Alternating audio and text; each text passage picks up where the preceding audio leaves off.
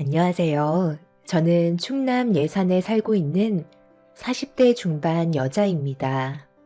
이곳에 사연을 신청한 이유는 저희 시댁 집안은 대가족이라 매번 시끌벅적하고 한 번 모이면 쉬는 시간이 없을 정도로 정신없는 하루가 시작됩니다.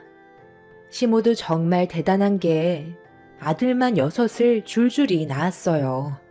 과거에는 아들만 6이라 부러움을 한 몸에 받았었다며 시댁에 모일 때마다 항상 안주거리 삼아 자랑스럽게 얘기하셨죠. 그리고 남편 아래로 5 형제들이 결혼을 할 수 있을까 걱정했지만 모두들 제 짝을 찾아 하나둘 결혼을 하게 되었고 어느새 제 밑으로는 5 동서가 생기게 되었습니다.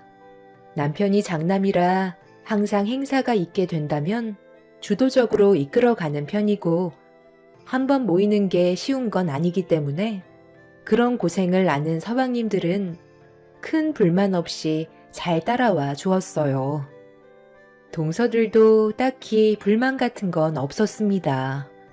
금전적인 부분에서도 큰 집인 저희가 훨씬 더 많이 지불했었죠. 저희 부부는 과일 가게를 운영하고 있어요. 전국적으로 판매를 하고 있고 5 동서 내외들에게도 계절 과일을 아낌없이 보내주고 있었죠. 저희가 아래 사람들을 챙겨야 하는 건 당연한 거고 완만한 관계를 유지하기 위해서는 많은 소통이 필요하기 때문에 저희 입장에서 최대한 할 수 있는 것들로 신경 써 주었어요. 지속적으로 관심을 가져주면 그만큼 서로 얼굴을 붉히게 되는 일도 현저하게 줄어들고 소통이 잘 돼서 그런지 자주는 아니더라도 가끔 모이게 되면 서로 웃으면서 좋게 지나갔었죠. 시댁에서 6 형제들이 한꺼번에 모이는 게 쉽지 않아 명절 외에는 거의 간단한 통화 정도로 서로의 안부만 물었었는데 올해는 좀 신경 쓸 일이 많아 시댁에 모이게 되는 일이 몇 번 있었어요. 그리고 사소한 마찰이 서로의 감정을 건들게 되었고 5 동서들이 저를 따돌리게 되는 일까지 생기게 되었죠. 그동안 서로 오해가 있으면 대화로 풀어나가면 됐었는데 한번 틀어진 관계는 쉽게 회복이 안 되더라고요. 남편과 서방님들은 서로 불만이 있거나 대화가 잘 안 통할 때 술 한잔하면 끝나는데 저와 5 동서들과의 사이는 생각보다 상당히 민감했었고 좀처럼 쉽게 해결이 되지 않았습니다. 아마 그동안 저에게 조금씩 불만들이 쌓여왔던 것 같았어요. 그래서 최대한 시간을 두고 서로가 생각할 시간을 가지는 게 좋을 것 같다고 판단하게 되었죠. 동서들과 문제가 생긴 건 설날이 지난 이후 시모가 연세가 있으셔서 그런지 건강상의 문제로 병원에 입원을 하게 되셨죠. 갑작스러운 뇌출혈로 수술을 받으셨고 다행히 큰 고비를 넘길 수는 있었지만 전처럼 정상적인 생활은 많이 어려울 거라는 의사의 진단을 받게 되자 신경 쓸 일이 생기게 되었다고 생각했는지 동서들의 입에서 전혀 예상하지 못한 말이 툭 튀어나와 놀란 얼굴로 동서들을 쳐다봤어요. 그 이유는 다들 능력들이 좋아 회사에서 인정을 받으며 여자치고는 꽤 많은 월급을 받고 있는 고스펙 동서들이라 시간을 내기가 쉽지 않거든요. 그런데 시모가 뇌출혈로 1달 정도 경과를 지켜보면서 입원을 해야 된다는 말에 둘째 동서로 시작된 불만이 막내 동서까지 이어지고 말았습니다. 동서들의 태도에 시부도 많이 놀란 눈치였고 남편도 당황스러워 하길래 제가 동서들을 조용한 곳으로 데리고 갔어요. 아무리 서로 많이 익숙해졌다 해도 시모가 입원해서 아직 눈도 못 뜨고 계셨는데 앞에다 대고 불만을 꺼낸 둘째 동서를 이해할 수 없었죠. 제가 크게 잘못한 건 없잖아요. 연초라 얼마나 바쁜데요. 할 일도 많아 죽겠는데, 회사에서 병원까지 오는데 차도 많이 막혔고, 다음날 해야 될 일들도 밀려버렸다고요. 한 달간 입원을 하시게 되면 저희가 모른 척 할 수는 없는 거잖아요. 그래서 그냥 집에서 쉬시면 안 되겠냐고 아버님께 여쭤본 건데, 그게 잘못된 거예요? 동서가 바쁜 건 이해하겠지만, 어머님이 방금 수술실에서 나오셔서 깨어나지 못하고 있는 상황인데, 거기다 대고 병원에 자주 왔다 갔다 하기 힘든데 집으로 옮기면 안 되겠냐는 말을 하면 누가 좋아하겠어. 아버님이 얼마나 놀라셨는지 동서도 알면서 그래? 둘째 동서만 그랬다면 그냥 조용히 넘어갈 수도 있었을 텐데, 둘째 밑으로 왜 다들 똑같이 한마디씩 하는 거야? 어머님이 병원에 입원을 하고 싶으셨겠어? 연세가 있으셔서 건강이 많이 약해지다 보니까 갑작스럽게 쓰러지신 건데 왜 그걸 불만 삼는 거야? 좋은 회사에 다니려면 상당히 많은 일들을 해야 된다는 건 알지만 이건 가족 일이잖아. 평소에 잘 지내는 것보다 이런 일이 생겼을 때 옆에서 도와주는 게 훨씬 더 중요한 거라고. 내가 언제 동서들한테 심각하게 얘기한 적 단 한 번이라도 있었어? 그런데 오늘만큼은 동서들이 너무 지나쳤다 생각해서 따로 부르게 된 거야. 서로 많이 가까워졌다고 해서 말을 함부로 하는 건 서로에게 더 큰 상처를 줄 수도 있는 거라고. 그럼 저희한테 오는 불이익을 감수하라는 거예요? 어머님도 이런 걸 원하지 않으셨겠지만 일로 인해 저희가 힘들어지잖아요. 입원해 계시는데 나 몰라라 할 수도 없는 노릇이고, 일이 바빠서 얼굴 못 비치면 그에 따른 불만들이 나올 텐데 저희가 신경 안 쓰이게 생겼어요.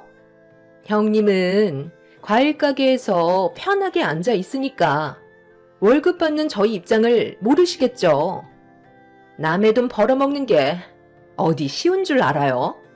맨날 상사 눈치 보는 것도 힘든데 하필 연초에 이런 일이 생기니까 기분이 좋지 않아 그런 말이 나올 수도 있는 거죠.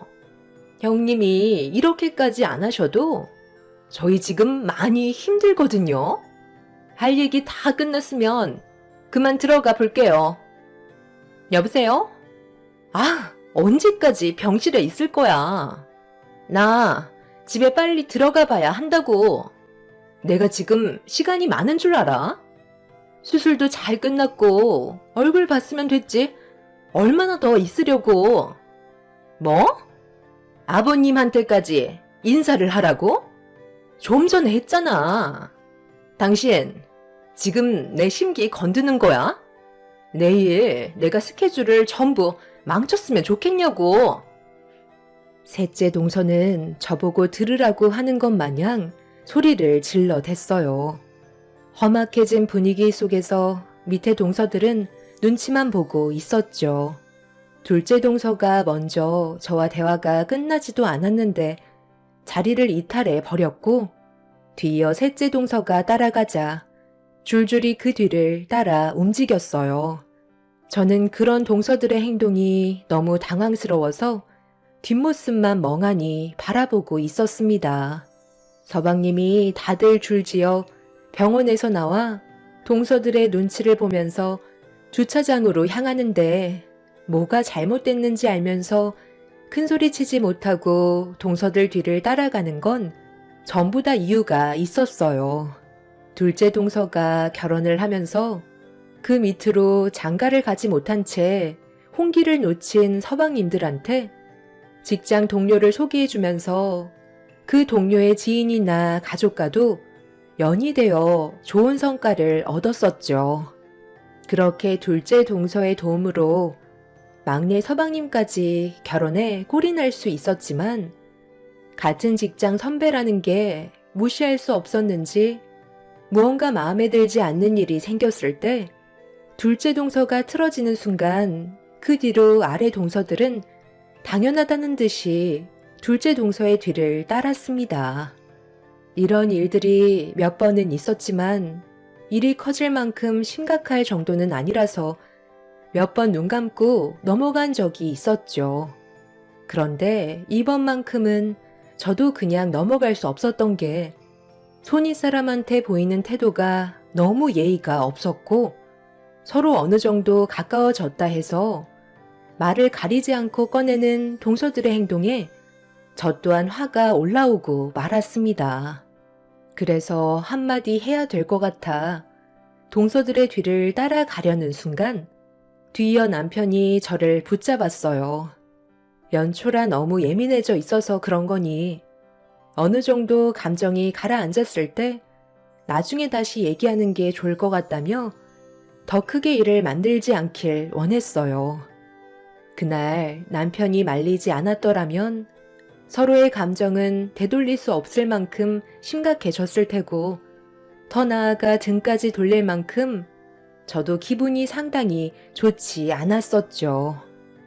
동서들은 회사가 바쁘다는 핑계로 시모가 퇴원할 때까지 단 한 번도 얼굴을 보여주지 않았어요. 동서들이 한 회사에 소속이 되어 있다 보니 어느 순간부터 둘째 동서가 움직이지 않으면 그 밑에 동서들은 아예 꿈쩍할 생각도 하지 않았습니다. 항상 좋은 관계를 유지하려고 했던 저도 그런 행동들을 더는 두고 볼 수가 없었죠. 그래서 매달 무상으로 5 동서들에게 보내주었던 제철 과일들을 더 이상 보내지 않았습니다. 잘해줘봤자 돌아오는 게 아무것도 없다는 걸 확실히 알게 되면서부터 저도 잘해주고 싶지가 않았어요. 그런데 제가 과일을 보내지 않자 둘째 동서가 매번 받아먹던 과일이 떨어졌는지 먼저 연락이 왔습니다. 형님, 요즘 과일 장사가 잘 되나 봐요? 많이 바쁘신지 매달 주시던 과일이 도착을 하지 않은 것 같아서 까먹으셨을까봐 연락드렸어요. 돈 주고 사 먹기에는 과일이 신선해 보이지도 않고 맛있을 것 같지도 않아서 형님 가게에 과일이 먹고 싶은데 오늘 좀 붙여줄 수 있겠어요? 내일 손님이 오거든요. 요즘 우리 과일을 찾으시는 손님들이 너무 많아서 동수한테 보내줄 과일이 있을까 모르겠네. 우리도 매번 돈 안 받고 무상으로 주긴 했지만 이번에는 물량이 적게 들어와서 아마 동수한테까지는 돌아가지 않을 것 같아. 나도 동수한테 신경을 쓰고 싶긴 한데 매장에 직접 찾아오시는 손님들을 그냥 돌려보낼 수는 없잖아. 나중에 여유가 될 때 보내주든지 할 테니까 당분간은 그냥 동네 마트에서 사 먹으면 될 것 같아. 요즘 과일값도 만만치 않거든. 어머, 그래서 지금 저한테 줄 과일이 없다는 거예요? 저희 집안에서 과일을 얼마나 먹는다고 그걸 지금 힘들다고 하시는 거죠? 혹시 돈을 안 줘서 그런 거예요? 에이, 가족끼리 무슨 돈이야. 내가 언제 그런 거 바란 적 있어? 요즘 물량이 많지가 않아. 그래서 우리도 지금 상당히 힘든 상황이거든. 그리고 동서만 줄 수도 없잖아. 밑에 동서들도 못 챙겨주고 있는데 말이 나오지 않겠어? 우리가 적자 보면서까지 보내주면 장사하는데 영향을 끼치니까 나중에 여유 있을 때 보내줄게. 둘째 동서는 저에게 너무한 거 아니냐면서 목소리를 높였어요. 요즘 들어 장사도 잘 돼서 재고가 많이 남지는 않았지만 당연하게 생각하는 게 너무 싫었습니다. 처음에는 고맙게 생각하던 동서들이 나중에는 조금이라도 늦게 붙이면 짜증 섞인 말투로 신경질을 부리는 일까지 있었죠. 처음에는 남편과 좋은 마음으로 베풀었지만 시간이 지날수록 과일을 받아 먹는 걸 당연하게 생각해서 그런 태도가 기분이 좋지 않았어요. 그렇게 대충 대화를 끝내고 전화를 끊자 둘째 동서가 몇 번 더 연락이 왔지만 받지 않았습니다. 그런데 바빠서 조금의 시간도 낼 수 없다던 둘째 동서가 며칠 뒤 아래 동서들을 데리고 저희 과일 가게로 몰려왔어요. 손에 꼽을 만큼 저희 가게에 거의 온 적 없었던 동서들이 갑자기 찾아온 이유를 알고 있던 저는 침착하게 대응했습니다. 여기까지 다들 어쩐 일이야? 많이 바빠서 어머님 병문안도 안 오더니 이렇게 몰려와도 되는 거야? 아니면 근처에 볼일 보고 내 얼굴 보고 싶어서 잠깐 들리기라도 한 거야? 그냥님, 저희 왜 과일 안 보내주시는 거예요? 맨날 아낌없이 먹다가 갑자기 끊기니까 적응이 안 될 정도라고요. 냉장고만 열면 과일이 가득했었는데 지금은 텅텅 비어 있어서 저희 애들도 형님 과일만 목 빠지게 기다리고 있는데 전혀 소식이 없어서 무슨 일 있는 것 같아 찾아온 거예요. 과일 수급이 어렵다고 하셨는데 가게 넘쳐나는데요? 오늘 온 김에 먹고 싶은 과일 좀 챙겨가도 되는 거죠? 다음부터는 늦지 않게 좀 부탁드릴게요. 우리 애들도 과일 없어서 보채고 난리라니까요.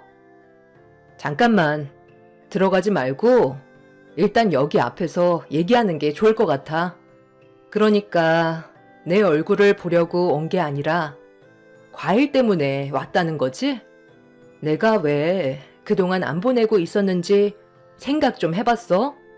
아니면 불만만 쌓인 거야? 매번 당연하게 받아 먹으니까 이번에도 설마 그냥 받아 먹으려고 온 거야? 동서들이 지금 하는 행동을 봐봐. 마트에서 과일을 사 먹기에는 돈이 아깝고 맛도 보장을 할 수가 없으니 그동안 내가 줬던 과일이 생각나서 가게로 찾아온 것 같은데 조금도 시간을 낼 수 없을 만큼 바쁘다고 했으면서 막상 냉장고가 비어 있으니까 시간이 없어도 허전해서 알아서 찾아온 거잖아. 다들 어머님 퇴원한 건 알고 있지? 그럼 건강은 어떠신지 잠깐 들릴 수 있는 거 아니야? 거리가 먼 것도 아니고 엎어지면 코 닿는 곳인데 그게 그렇게 어려워? 일이 바빠서 병문안 오기에는 힘들었다고 치자. 그럼 어머님이 퇴원하시고 집에 계시면 주말에 잠깐 같이 시간 내서 식사 정도는 할 수 있는 거잖아. 다들 모여서 동해 바다에 놀러 갔다 오고 서로 여기저기 잘만 싸돌아 다니더구만. 어머님 댁에서 몇 시간 내는 게 그렇게 어려운 거야? 이 집안의 며느리로 들어왔으면 기본적인 건 해야 되지 않을까? 어머님이 시집살이 시키는 것도 아니고 그동안 동서들 어머님 댁에 가면 물 한 방울 묻힌 적 있었어? 그만큼 며느리들 고생하는 거 알곤 가끔 얼굴 보면 혼자서 무리하시는데 그 모습이 안쓰럽지도 않아? 정작 필요할 때만 얼굴 들이밀지 말라는 거야. 명절 때는 누구 할 것 없이 찾아와서 서로 음식 가져가겠다고 한바탕 난리를 치더구만. 어떻게 사람들이 이렇게까지 매몰찰 수가 있어? 의사가 뭐라고 했는지 알아? 몸도 약한데 최근에 너무 무리를 하셔서 그런 것 같다는 말까지 나왔었어. 내가 어머님 옆에서 힘들까봐 도와드렸는데도 그 정도로 약해지셨는데 동서들도 받은 만큼 신경 써 드려야 되지 않겠어? 내 말이 틀렸다고 생각해? 동서들은 한마디도 하지 못하고 있었어요. 제가 남편과 결혼했을 때 시모가 항상 걱정하셨던 건 아들만 줄줄이 낳았지만 문제는 결혼을 하지 못하고 있어서 항상 걱정하셨거든요. 그런데 둘째 서방님이 동서와 결혼을 하고 나서부터 둘째 동서의 소개로 다들 짝을 찾게 되자 시모가 너무 고마웠었는지 동서들을 항상 아껴주셨고 시댁에 오면 손가락 하나 까딱하지 못하게 하셨습니다. 둘째 동서가 서방님들 전부 다 장가를 보내주게 했으니 얼마나 이뻐 보였겠어요. 저도 그런 노력을 알기 때문에 조금이라도 더 챙겨주고 싶은 마음이 있었던 거였죠. 그런데 날이 가면 갈수록 안 좋은 태도를 보이는 둘째 동서의 행동 때문에 아래 동서들까지 영향을 받다 보니 중심을 잡지 않으면 집안이 휘청거리게 될 것 같아 저 나름대로 방법을 생각하게 된 거였고, 바라는 게 있으면 기본적인 건 하라고 과외를 받으러 온 동서들에게 한마디 하게 되었죠. 못 배운 사람들도 아니고 대기업에서 인정받을 만큼 고스펙인 동서들이 알아서 눈치껏 행동하길 바랬습니다. 하지만 제가 강요한 것도 아니고 기본적인 걸 하라는 것뿐이었는데 동서들은 제 말에 불만을 제기했어요. 그리고 다음부턴 저희 가게 과일을 먹지 않겠다며 다들 뒤돌아 집으로 돌아가 버렸죠. 좋게 말을 해도 들으려 하지 않는다면 소용이 없다는 걸 알기 때문에 더 이상 붙잡아 말하고 싶지도 않았습니다. 하지만 제가 받는 스트레스가 상당히 컸었는지 갑자기 몸에 문제가 생기기 시작했어요. 한쪽 귀가 먹먹하길래 피곤해서 그런가 보다 했는데 다음날 아침에 일어나는 순간 병원에 가봐야 할 것 같은 느낌이 들었습니다. 먹먹했던 한쪽 귀가 전혀 들리지 않았고 남편의 도움을 받아 병원으로 향하면서도 일시적인 증상이길 바랐어요. 어떠한 전조 증상 없이 너무 갑작스럽게 귀가 들리지 않던 상황이라 많이 당황스러웠었죠. 그렇게 병원에서 검사를 받은 결과 저는 돌발성 난청이라는 진단을 받았습니다. 정말 다행이었던 건 치료를 통해 돌아올 수 있다곤 하지만 그 기간이 꽤 오랜 시간이 걸릴 수도 있다는 거였어요. 돌발성 난청은 대부분 한쪽 귀에서 발생되고 30대부터 50대에 가장 많이 발생한다고 하지만 이런 증상이 저에게 올 거라곤 전혀 예상하지 못했었죠. 한쪽 귀가 잘 안 들려서 그런지 어지럼증이 동반됐고 제대로 서 있는 것도 힘들었어요. 병원에서는 시간이 필요하다면서 충분한 휴식만이 청력을 회복시키는 데 도움이 된다며 간단한 약을 처방받고 집으로 돌아오게 되었죠. 그런데 저는 남들과 좀 다른 증상이 뒤이어 발생이 되었고 다음날 한쪽 귀마저 청력을 잃고 말았습니다. 남편이 앞에서 무슨 말을 하는데도 먹먹한 소리만 들릴 뿐 아무 말도 들리지 않았어요. 제가 꼭 물속에 있는 것 같은 느낌이 들었습니다. 한쪽 귀가 들리지 않는다고 손짓을 하자 남편은 저를 데리고 또다시 병원을 찾아가 검사를 받았는데 아주 드물게 양쪽 귀가 안 들리게 되는 현상도 있다면서 최대한 한 달 정도는 집에서 푹 쉬어주면 청력이 돌아올 수 있다고 저희 부부를 안심시켜 주었습니다. 일시적이라고 했으니 의사 말을 믿고 그날 이후 저는 집에서 휴식을 취했어요.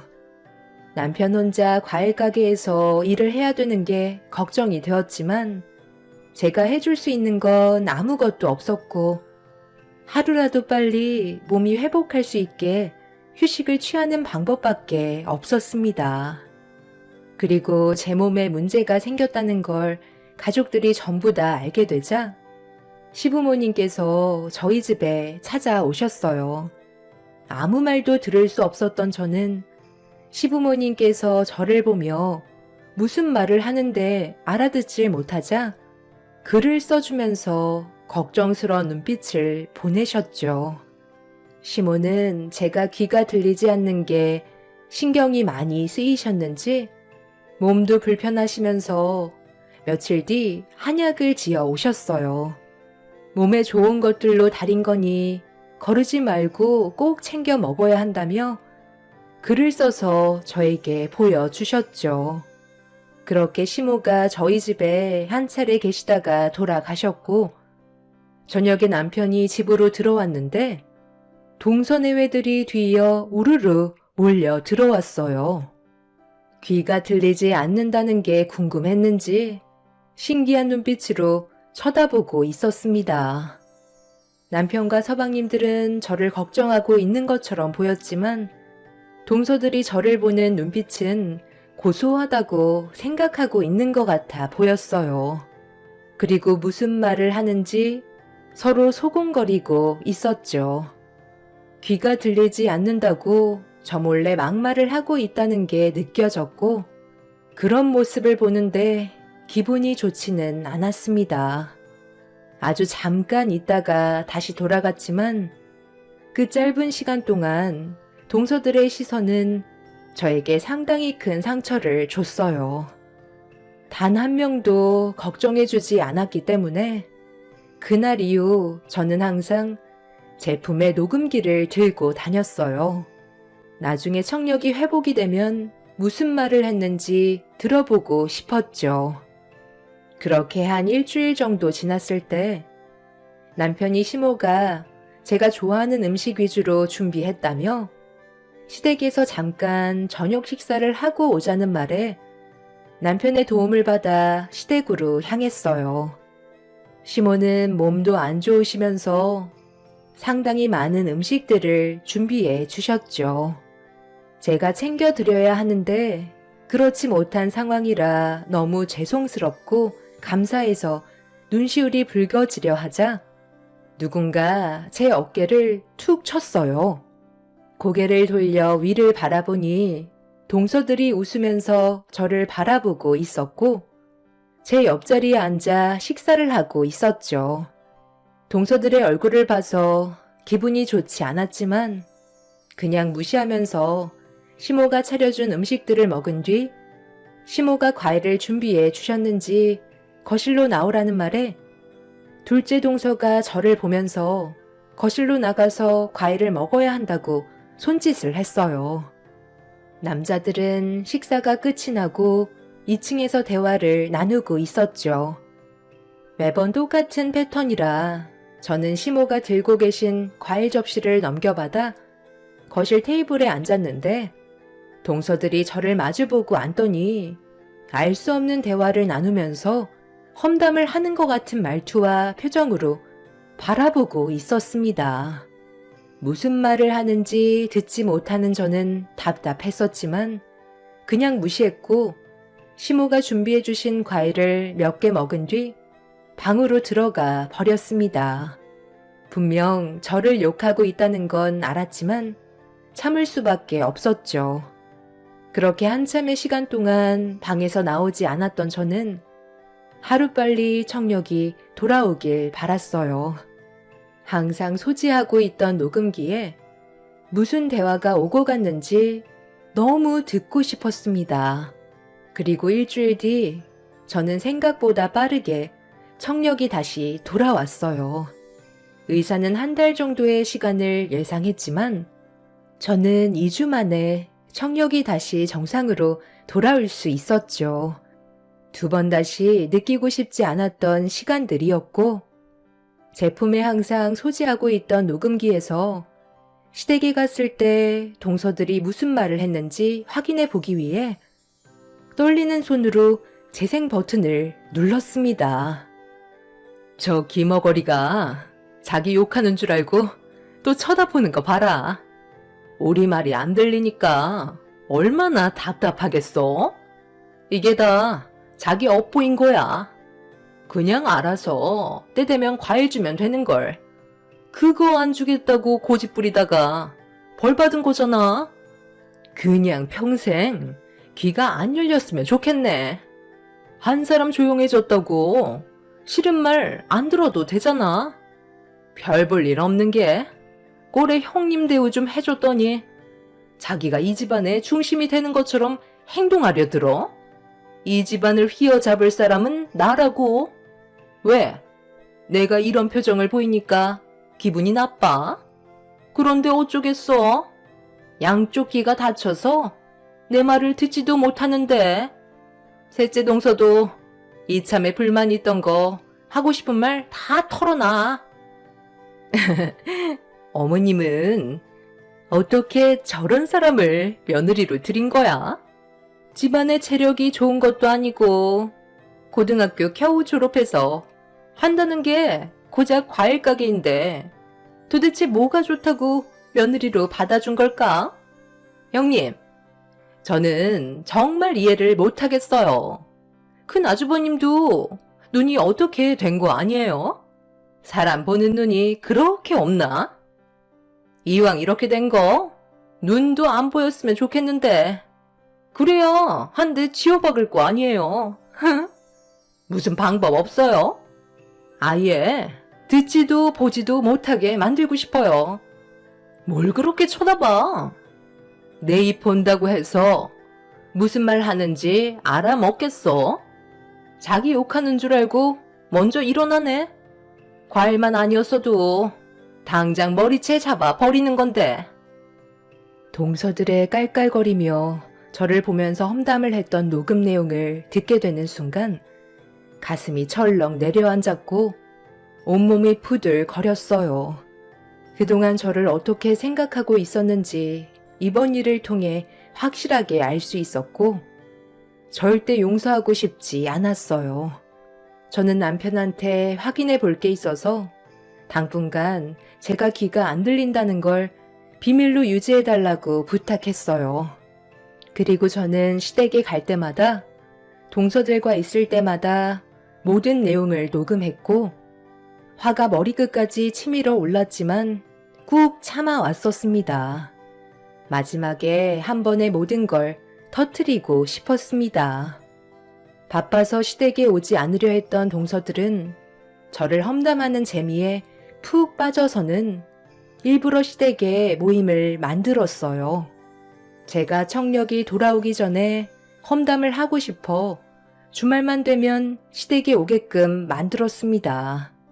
전부 다 듣고 있는지도 모르고 동서들은 저를 욕하는 거에 재미가 들려 시모와 남자들이 없을 때마다 막말을 퍼부었어요. 표정 관리가 안 될 때면 자리를 피하면서 계속해서 참아왔었죠. 그렇게 저는 더 이상 두고 볼 수 없다고 판단한 이후 시댁에 모두가 모였을 때 기회를 엿보고 있었습니다. 동서들은 제가 청력을 회복한지 모르고 맘 놓고 험담을 아끼지 않았어요. 듣지를 못하니 투명 인간 취급해도 된다면서 온갖 상처되는 말을 뱉어대고 있었죠.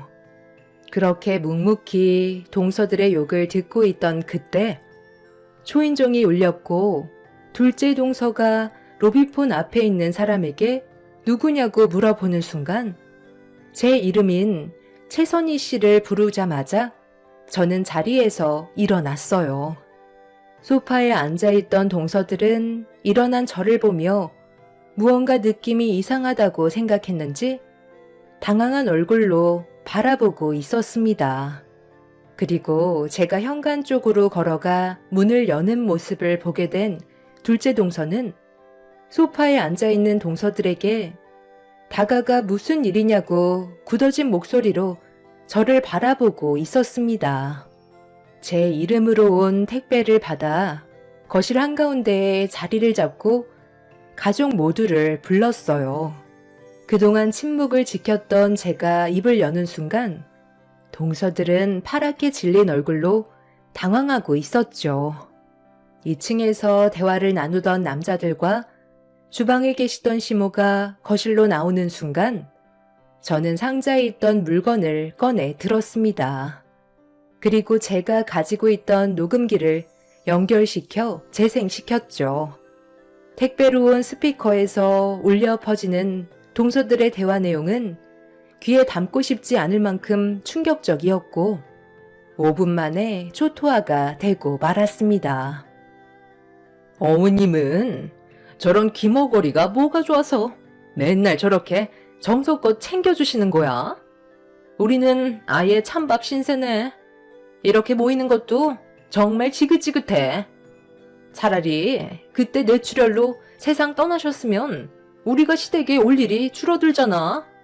형님까지 옆에서 거두니까 우리가 얼마나 귀찮아? 요즘 시대에 각자 살면 되는 거 아니야?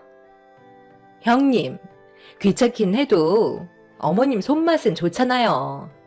반찬은 항상 무상으로 제공받으니 그걸로 만족해야죠. 저는 시댁에 오는 건 크게 신경 쓰지 않는데요. 저는 그이가 좀 마음에 안 들어요. 형제들 중에 그 사람이 제일 삐쩍 말랐잖아요.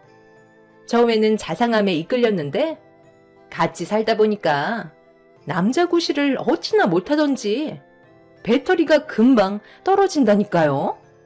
그동안 제가 만나온 남자들은 기본 1시간이 넘었었는데 저 사람은 10분도 못 넘긴다니까요.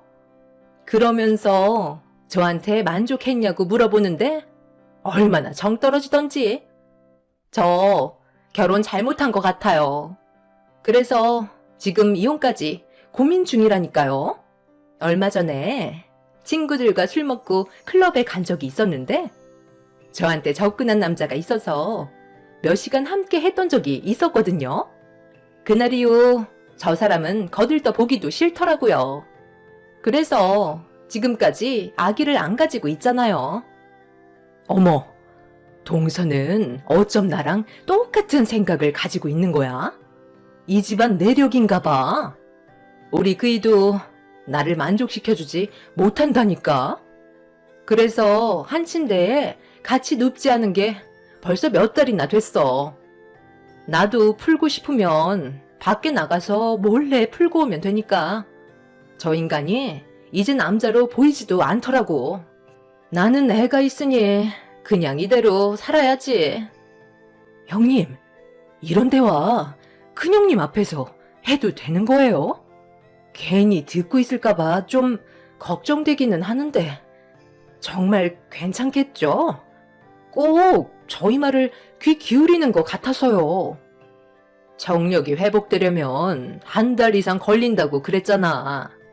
아직 2주밖에 안 지났는데 귀가 정상적으로 돌아왔겠어? 저 표정을 봐봐. 멍 때리고 있잖아. 귀가 들렸으면 저러고 있겠냐고. 한바탕 난리가 났지. 나도 요즘에 봄을 타는지 많이 외롭던데 혹시 괜찮은 남자 있어? 나도 오래간만에 연애 좀 해보자. 그럼 제가 최근에 만나고 있는 남자가 주변에 꽤 괜찮은 사람들이 많은 것 같은데 우리 조만간 5대5 데이트 한번 하는 게 어때요? 괜찮을 것 같죠? 스피커에서 울려 퍼지는 동서들의 대화에 집안은 아수라장이 되고 말았어요. 서방님들은 사색이 된 얼굴로 동서들을 바라보고 있었습니다. 둘째 동서가 저를 밀치면서 스피커에 연결되어 있던 녹음기를 뺏어 던져 버렸고 뭐 하는 짓이냐고 화를 내자 제 가방에 있던 사진들을 둘째 동서의 얼굴에 던져 버렸습니다. 막내 동서가 주선한 비밀 데이트에 동서들은 외간 남자와 즐기고 있었고 증거물들이 바닥에 떨어지자 동서들은 곧바로 무릎 꿇고 손이 발이 되도록 빌기 시작했어요. 하지만 동서들의 되돌릴 수 없는 말과 행동들은 더 이상 용서를 받을 수 없었습니다. 끼리끼리 논다고 성격들도 비슷해서 사고 한번 칠 줄 알았는데 상상 이상으로 동서들은 상당히 질이 떨어졌었고 시댁 집안을 완전 무시하고 있었죠. 시모가 세상 떠났으면 좋겠다는 말에 충격을 받은 남편은 이성을 잃어버렸고 순식간에 집안은 쑥대밭이 되고 말았죠. 그날 이후 5 동서들은 현재 상간소송으로 법적인 절차에 들어간 상태입니다. 귀가 안 들린다고 제 앞에서 거침없이 비밀 얘기까지 했다가 돌이킬 수 없는 결과를 맞이하게 된 거였죠. 하나도 정상인 여자가 없다는 게 참 안타깝기만 합니다.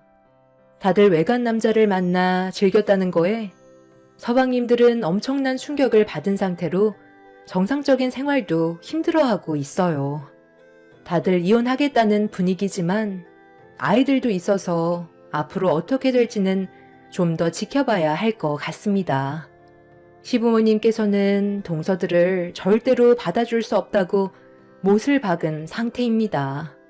자신들의 행동들이 결국 회사에까지 소문이 퍼져 현재 회사 생활에도 지장이 있는 것 같아요.